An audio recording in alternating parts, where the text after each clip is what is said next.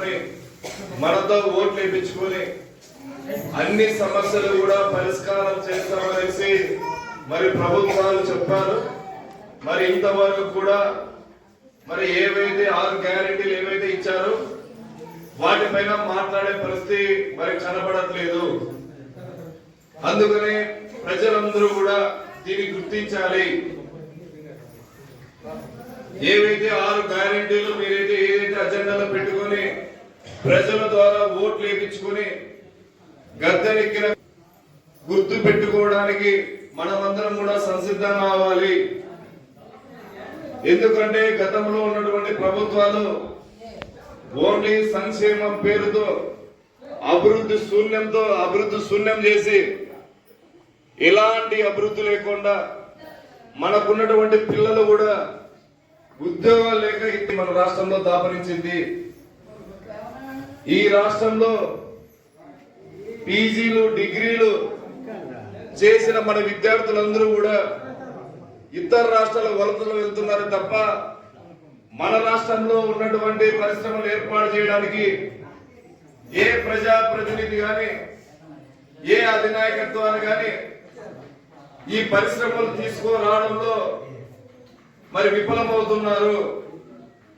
మనం ఇలాగే ఉంటే 5 ఏళ్ల పాటు ఒకసారి ఎలక్షన్లు వస్తే మీ పశువు కుంకం కింద 10,000 రూపాయలు అంటూ ఓటేస్తే 1000 రూపాయలు అంటూ స్వార్థపూరినటువంటి మాటలతో మీతో ఓట్లు వేయించుకొని గద్దెనెక్కేంత వరకు మాయ మాటలు చెప్పి మీతో ఓట్లు వేయించుకుంటున్నారు తప్ప మరి ఎలాంటి పరిష్కారం లేదు.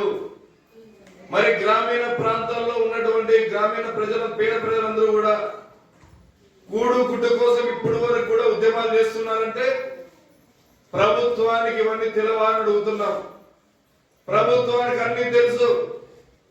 పేదల యొక్క సంక్షేమం ఎవరికి పట్టదు, ధనికుల యొక్క సంక్షేమం మాత్రమే పడుతుంది.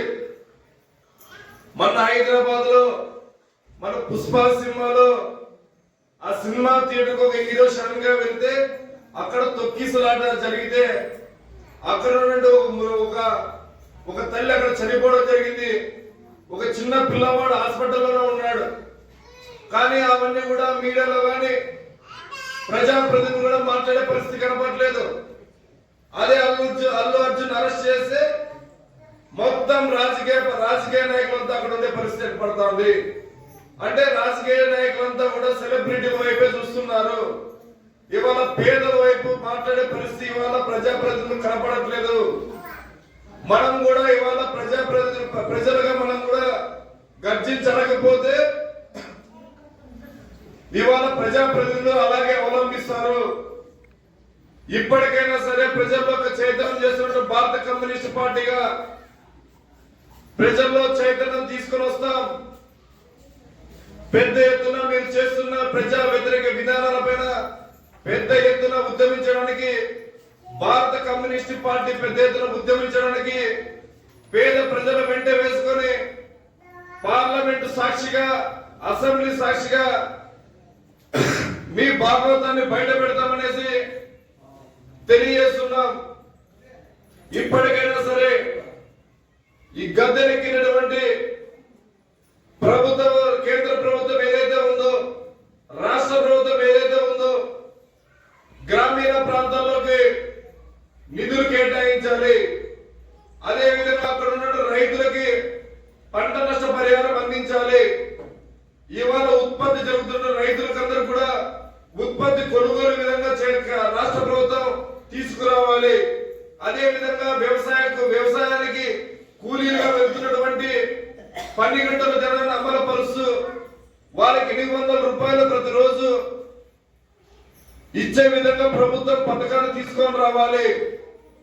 మరి ప్రభుత్వానికి ఇలాంటి సంక్షేమ పథకాలు అందిస్తే పేదవాడు అభివృద్ధి చెందుతాడు తప్ప శ్రీశైలం నుండి విజయవాడ వరకు మీరు శివన్ని కూడా అరచేతిలో మరి అరచేతిలో వైకుంఠాన్ని అరచేతిలో మాయ మాటలు చెప్పి మరి ఇవాళ 5 సంవత్సరాలు గడుపుకోవాలనే ప్రయత్నం చేస్తున్నారు. ఆ ప్రయత్నం కాస్త ఇప్పటికైనా సరే ప్రజాప్రతినిధులు వీడి వెంటనే ఇక్కడ ఉన్నటువంటి గ్రామీణ ప్రాంతాల్లో ఉన్నటువంటి గ్రామీణ ప్రాంతాలు విధంగా మరి రాష్ట్ర ప్రభుత్వం అవలంబించాలనేసి మరి కోరుకుంటున్నాం.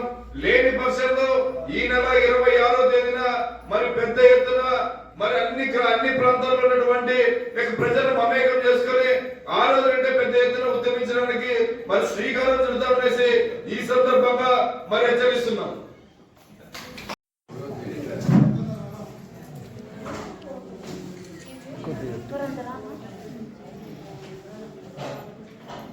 చేస్తుంది